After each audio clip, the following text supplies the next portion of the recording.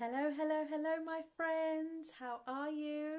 I hope that you're well. I hope your day has been brilliant. Mine has been. It's been productive. I'm ploughing through and getting stuff done. As always, I'm greeting you with smiles and enthusiasm because I'm excited about what's coming. So the countdown is on, guys. So I've got some news that I want to share with you really quickly. For those of you that are new into the community, welcome. My name is Nicole Louis. I'm a strategy mentor for social workers, which means I take them through a blueprint of how to set up their independent practice from start to finish, from ground zero to having their own team. So welcome into this group. Hey Costas, thanks so much for joining. Lovely to have you watching. And of course, welcome to our new members, welcome to our existing members that are in here. You guys are what make this community happen. So it's so lovely to have you here. And happy birthday to all the September borns. We're now in September. I don't know if there's anyone in this community that is September born that hasn't filled out the poll. When you come into this community, please do go to the announcements because there are quite a few little polls there that will help us get to know you more and things that will benefit you. So please do engage in that. So happy birthday to the September borns. So I'm going to launch right into it. So for those of you that are part of the Social Work Launchers Club, you would have received an email today that shared some news with you. And I guess part of this, and that the news was about myself and my health journey. And so this topic today is really a bit of a spin-off from that, because I want to share some simple processes and tips that you can do, whether you're still at a stage of being an agency worker or completely employed still, or whether you're semi-independent or even an independent, fully independent social worker like myself.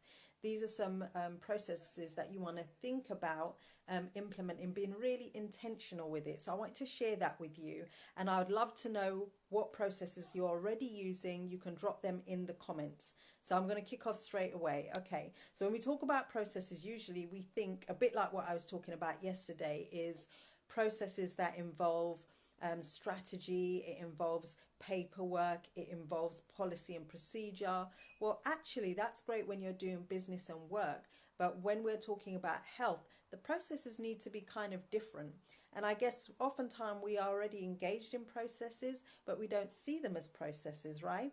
So if you think about morning rituals, evening rituals that we have, we are going through a process, aren't we? We're going through a process of what we do in the morning. We wake up, some of us we pray or journal and do a devotion, and then we will get up, we'll go into the bathroom, we'll sort ourselves out, we'll shower, right? We'll brush our teeth, we'll then dress, we'll moisturize and dress, then we'll have our breakfast, then we might have exercise and then shower again, or you might exercise before you shower. It depends, right? So, but you have a process that you go through, and all that's part of self-care.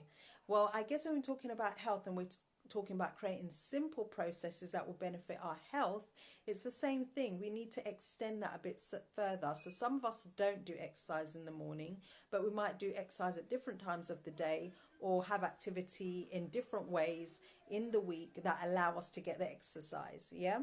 So we're going to go through 3 particular areas that I believe are really useful for creating processes and being intentional with process. And these are things that I've incorporated and done. So I've done a video before about health. Hey Treasure, thanks for joining. So I've done a video before about health and some health tips. So you can look at that video as well. If you're hearing the background noise, I'm really sorry. I have my window open and my neighbours are clearly having a whale of a time out there, and they're playing football or something. So they're getting their exercise, they're on their health tip, and they're having fun while they do it. So we're going to talk about in fact, let's kick off with the physical. Let's talk about the physical. I was going to do that last, but it's a perfect segue. All the noise and excitement is a perfect segue. They're having fun. That's an object lesson. They're having fun while they exercise, okay? And so the physical element of having intentional, simple processes, have fun, or have a time where it's once a fortnight, once a week. Some people are so busy because they've got family life and personal life, and you know, things going on for them as well as other commitments work wise and everything, where they can't do it every day or even once a week. It's too much commitment. So even if it's once a fortnight or once a month, be intentional and drill down, and you can increase the frequency as you go. Yeah. So the physical exercise is so important. That can come from playing football, netball, badminton, tennis, skating, whether that's ice skating or roller skating. There are lots of different forms of exercise, okay, that you can engage in that will give you the exercise and the fitness that you need as a hobby. Tennis was one that I was doing and I really enjoyed it. All I did was run after the ball. I've got a great serve, but that's about it. So I got plenty of exercise and it was fun. I was laughing at myself running after the ball all the time. It was good fun.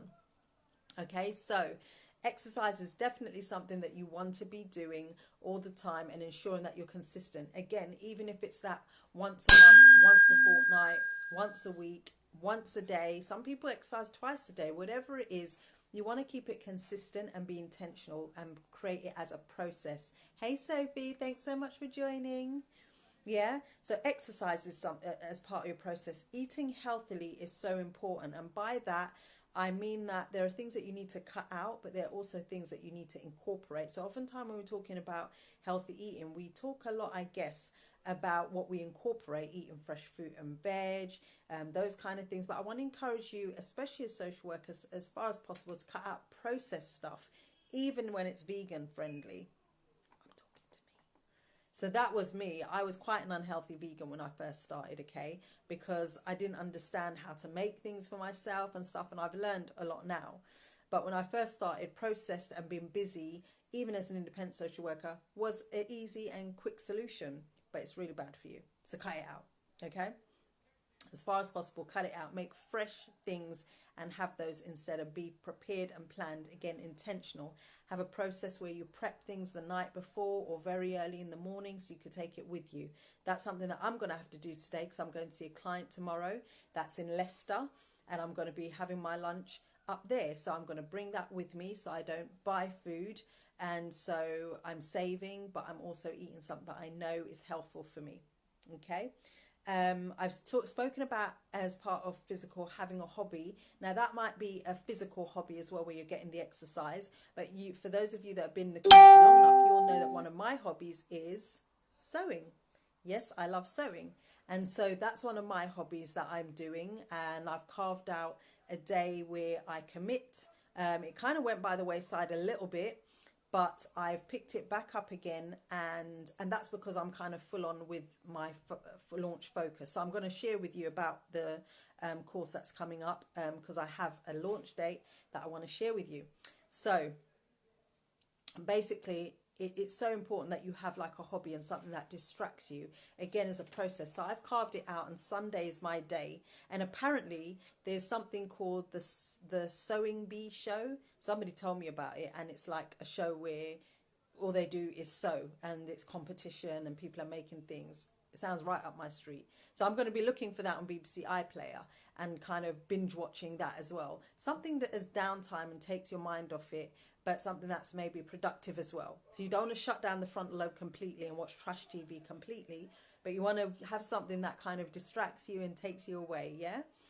So the other physical element is, I will say, as a process, and I know this might seem more of something mental, but I'm going to, psychological, I'm going to talk about that afterwards. So keeping a diary so that you can organize yourself, that's something that's very physical and it's practical. That's why I put it under physical, because it's practical. You want to have a diary that organizes you as a simple process, so you can write all these things that we're talking about down and diarize it. Have you ever heard the saying that a goal is just a wish if it's not written down? It's the same thing here. If you want to be intentional with being helpful, there's no use in just having it up here. You've got to write it down, carve it into your actual day, make it become real, and live it, action it.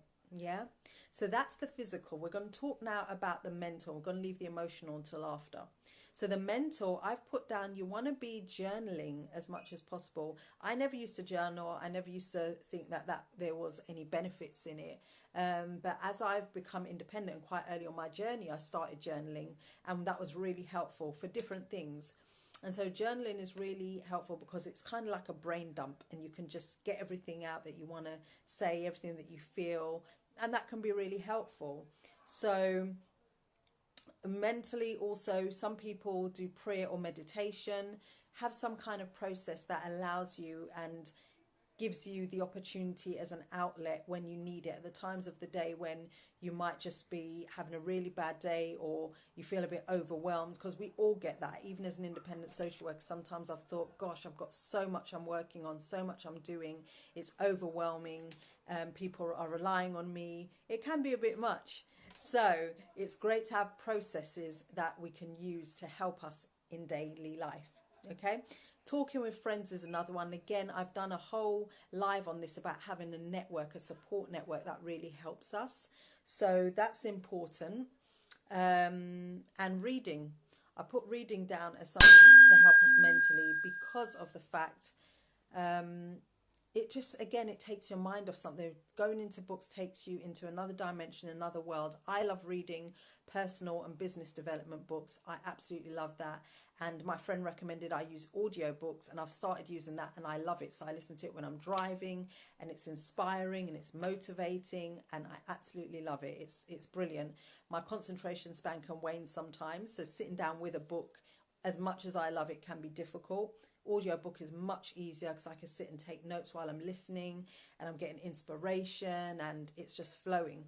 So whatever works for you and gets you pumped up and hyped and gets you back on that focus track is brilliant for your health, because when you feel happier, you know, all the happy endorphins are happening, the chemical reactions are happening within the body that is beneficial for your health. You're smiling, which uses far less muscles in the face, so it'll keep you looking younger, right? Okay, so we're going to move on to the emotional now. So in the emotional, as a simple process, taking rest when you need it is so important. And you might think that that's a physical thing. It is, but actually it's hugely related to your emotional state and how you feel. When we're lethargic, tired, feeling, you know, it shows in the physical part of the body. We feel it in our body, don't we? And we feel it in the backache, we feel the tension, we feel the stress and hold the stress in our back, right? So it ends up being physical, but it starts with something very internal in here too. So that's why those processes are important that we've just spoken about. But here, understanding what it feels like and what emotions are coming up, and saying, actually, I need to just take a step away and take a break. I've got lots to do, but forget it, I'm going to go and take a nice hot bath. So earlier today, I've been sat down working on a report so that I can get that out the way, so that I can continue doing my stuff for the launch. And I got to a point where I was just like, I've so had enough of this assessment. I'm so done. If I can throw the laptop out the window, I would love to do that. It's just, I've had enough, and that's just how I felt. So I decided, actually, what will make me really feel happy right now is a hot bath. So I went and I did that. I ran me a hot bath, and I just had a hot bath, and I listened to some music on YouTube, and that was it. That's what I did. And it was lovely. It was in the middle of the day, but that was okay. I can do that. I'm independent. I can do what I like. I'm the boss. I set the rules. So you see, that's the perks of being independent. And then I've got back to it, and I'm far more productive, plowing through it, feeling motivated, and yeah, just ready to crack on and annihilate it and move on to the next task.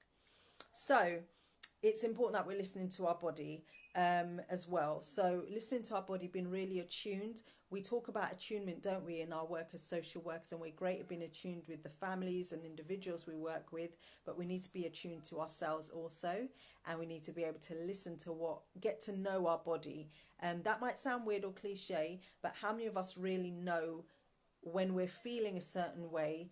And when I say feeling, I mean emotionally and physically, what that actually means. What is our body actually communicating to us? What is it saying it wants? A lot of us don't really know that. We don't really know what our body's saying, you know. Costa says, so you didn't leave the bath running this time? No, I didn't. You remembered. Yes. Costa's talking about a time when I did a live where I started running the bath. I don't know what I was thinking. Clearly I wasn't thinking, because I was going to take a bath afterwards. And I suddenly thought, the bath has been going now for about 15 minutes. I think maybe I should switch it off. And I was like, my bath is running. I'm going to be right back. And I dashed off. Yes, Costas, thank you for reminding us. I haven't left it running. I had it earlier and I'm done for the night. Thank you. So yeah, listening to our bodies and ensuring that, you know, we're being attuned to our bodies and we're taking the time out that we need. Yeah. And the other thing that I would say as a process, and remembering to keep this in mind, and having these things where we have these rituals where, like, my thing is, at least sometimes I take a bath like every evening, if that's what I need to do, just to relax me and get me in a restful mode. But having a very clear morning and evening ritual that helps the emotions, physical and the mental, is really important. And so not feeling guilty about taking some downtime. And I know that's something that really shows up a lot for those that are employed and work for an organization, or the government. It can be hard. I know when I first started, even as an independent, that's how I knew I was institutionalized, because I felt this massive waves of guilt, like, oh, I shouldn't be sitting down watching TV or relaxing. Even though I'd done all my marketing for the day, I may have done a report and handed it in, I just felt like there's always more to be done. I should be trying to get more business in, or I could be reviewing my services and what I'm offering. There's always something to be done when you're self-employed, right? Even as, you know, when you're employed as an employee for the government or school, or whichever service you're working for, there's always work to be done. And sometimes we can feel guilty for taking a break. And it took me a long time, it took 2-3 years, probably really 3 years, until I could actually say, I'm going to go to my niece's end of term play, and not feel guilty or think, oh, there's stuff I should be doing. And that's as an independent, when I make the rules. So it's taken a long time, 5 years in, like, there's no guilt attached whatsoever. I do what I like when I like, because I'm listening to my body more and listening to my mind and saying, you deserve a break. It's okay to have a break. It's okay to do different things. This is what quality life looks like. This is what work-life balance looks like. So I encourage you to have those processes in place for yourself, mentally, emotionally and physically, so that it all comes together, so it culminates in you having good mental, emotional and physical health. Why that's so important, for those of you that are social work launchers on my list, you would have kind of known a bit about my story and my health story, and why I'm sharing this. On Friday, I would love for you to tune in. It's going to be an important one. I'm going to share with this community my story in terms of health, and where I'm at and what I'm doing, and why I'm really encouraged, and why I'm feeling even more motivated to support social workers just like you become independent. We really need to step out. We really need to listen to ourselves and follow our gut instinct. Our gut often tells us there's more that we can be doing, but fear stops us from moving forward. I know it did for me. For a long time, I was spinning my wheels for 2 or 3 years in local authority before I really took the plunge, and it got bad enough that I just wanted to run away and break free, and that's what I did. And so I jumped ship, metaphorically speaking, and became independent. And 5 years later, I'm loving my journey. It's morphed into something I didn't expect. And I'm in a place where I'm able to support and mentor other social workers, and have been doing that. I'm asked to go and speak in places. I've gone into colleges and delivered programs for health and social care students that want to be social workers. I've delivered talks on career planning to IT students as well. I remember doing that. That was fun. I've gone into schools and been judges on panels for talent contests for school children. I've done lots of different things that I would never have done, and I never envisaged doing, and it's been a brilliant journey, and I'm so looking forward to the rest that's coming. So a couple of announcements and events for you that are coming up. I've got my networking event, of course, that's happening on Tuesday 24th of September. If you're in England, and even if you're not, come down for it. There's limited places, because we're going to have a small space. We're changing venue, because we had some issues with the venue last time, but we're getting a new venue on this occasion, and it's going to be brilliant. So I'm looking forward to that. The places will be limited, so get your tickets now. Some people have already got their tickets, so there's a few left. It will be a small intimate affair, so we're looking at no more than probably around 10 or so people. I would love for you to be one of those individuals. This is a special edition, so I may open it up and try to get more seating and spaces. but I have it intimate like that because it means that we can really get to know each other and dive deep.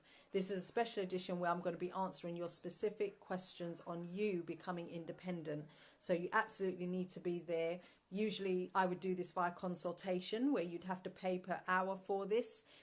I'm giving this for free on that event.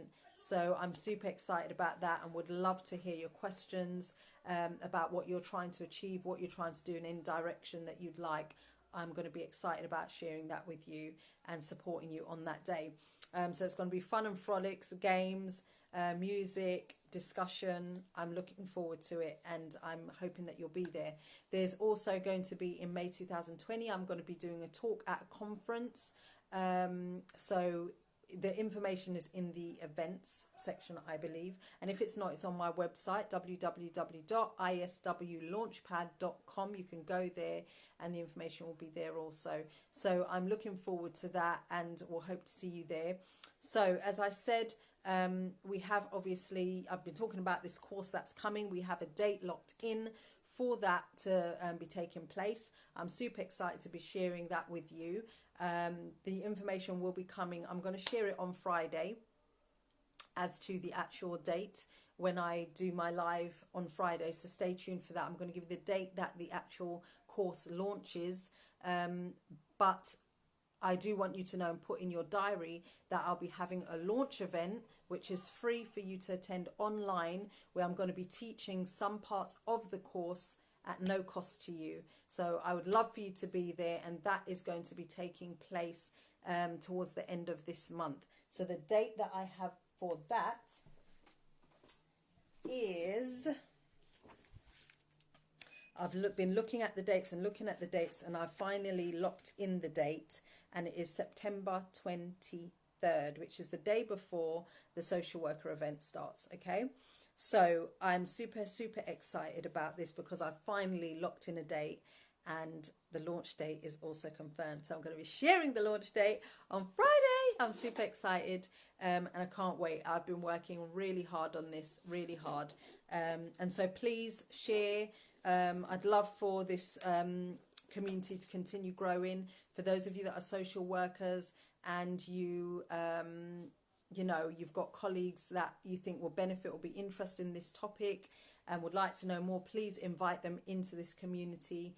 Please encourage them to get onto the Social Work Launchers Club list so that they can get emails directly. They get information first and foremost before this community, and they get content that's exclusive also. So it will be great to have it grow. I'm on a mission to help as many social workers as I can kind of live their best life, kind of, you know, see their potential and step outside of the shadows and start really working towards their goal and their dreams. So I'd love you to help me in that dream that I have, to help other social workers as I support you. So please let me know if there's any topics that you'd like. Please ensure that you create a post or put a comment under this this video. So thank you for tuning in, Costas. Thank you for tuning in, Sophie and Treasure. It's lovely to have you join, and I will see you all tomorrow. Bye for now.